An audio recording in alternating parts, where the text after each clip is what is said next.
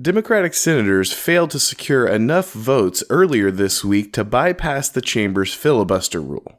They were looking to temporarily suspend the rule because they wanted to push through two different bills that they had labeled voting rights legislation. These pieces of legislation would have enshrined mail-in voting as a right, in addition to making sure that the federal government could intervene in the electoral process of different states whenever it felt it was necessary. In the build-up to this vote, the Biden administration and the media had already talked up how essential the bill was to ensuring free and fair elections and preserving our most sacred democracy.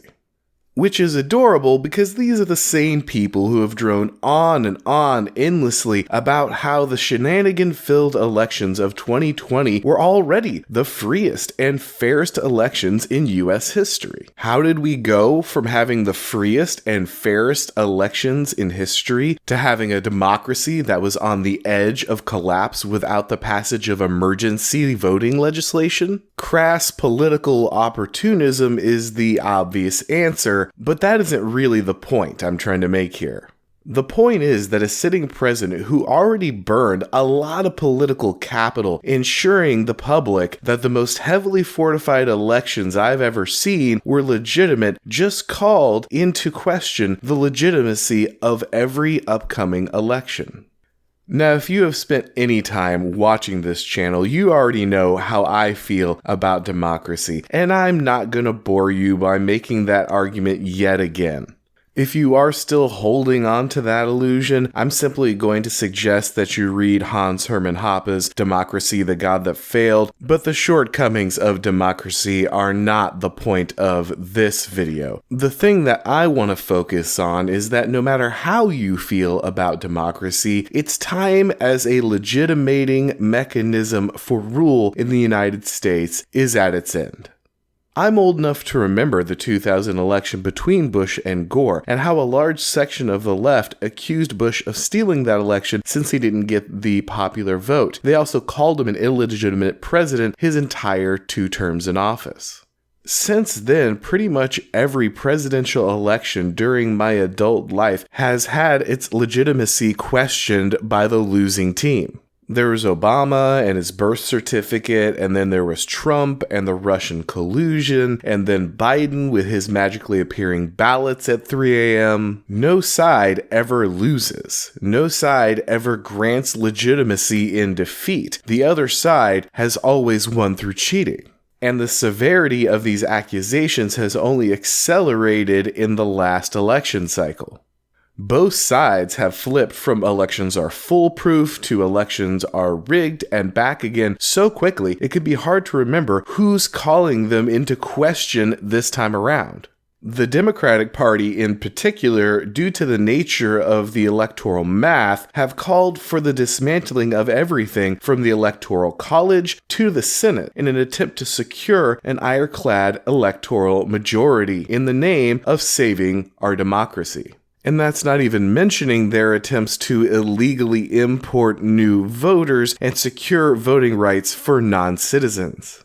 Blatant attempts to secure political advantage aside, the point is we are now reaching a phase where over half of those on the losing side assume the election results are illegitimate.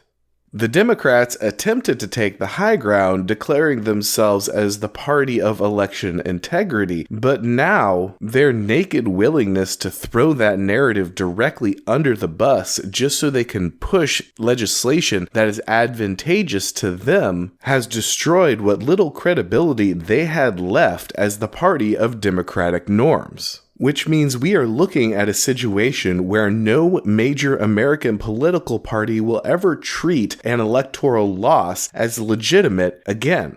The fact is that our oh-so-sacred democracy, declared fragile and on the edge of collapse at every turn by sanctimonious media pundits, is already a dead man walking. Left-wing political pundits have already been running dire pieces for months about how the very existence of the Republican Party is a threat to our democracy. You see, the only way to save our democracy is to turn America into a one-party state, or at least to make sure that we dismantle the Republican Party and reconstruct it in such a way that it never ever threatens the left-wing rule of this country again. Which is hilarious because when you look at what an utter failure the GOP is as an opposition party anyway, you don't see how anyone could actually take that threat seriously, but that's what Trump did. That's what the populist movement did. For all of his faults, Trump truly shook the ruling class up. They thought they were completely untouchable, they thought they had everything under control, and they found out that they didn't, and they are absolutely terrified by that prospect, no matter how weak it might be. Now, don't get me wrong, I'm not saying that we're going to stop holding elections, but the idea of peacefully transferring all of the government's immense power over to one's political opponents just because they won a democratic contest fair and square is dead. We're going to continue to go through these motions for a while because, frankly, no one knows what else to do. Pretty much everyone in this country has been trained to believe that elections are how power is legitimated, and they can't even imagine a situation in which that is not the case. So even though the losing side is probably going to consider the election results illegitimate no matter what, we're going to keep ghost dancing our way through this ritual for a while. But ultimately, that narrative of the democratic process as the wellspring of popular sovereignty is fundamentally dead, at least in the United States. Democracy has become a zombie. It keeps shambling forward out of momentum, but it's lost everything that made it alive, everything that animated it and gave it purpose. Hopefully, the inevitable death of the democratic illusion means something better on the other side of all this, but likely it means in the near term, hard times are ahead. Hi guys, thanks for watching. If you enjoyed the video, go ahead and click like. If you haven't subscribed yet, now is a great time to do so. If you would like to support my work on Subscribestar like the awesome people who are currently being shown on screen, you can follow the link below the video. That's also where you'll find links for my Twitter, my Gab, my Rumble channel, my Odyssey channel, and the merch store if you want to check that out.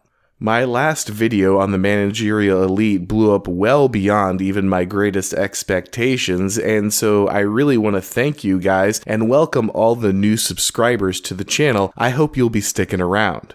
Thanks for watching, guys, and as always, I'll talk to you next time.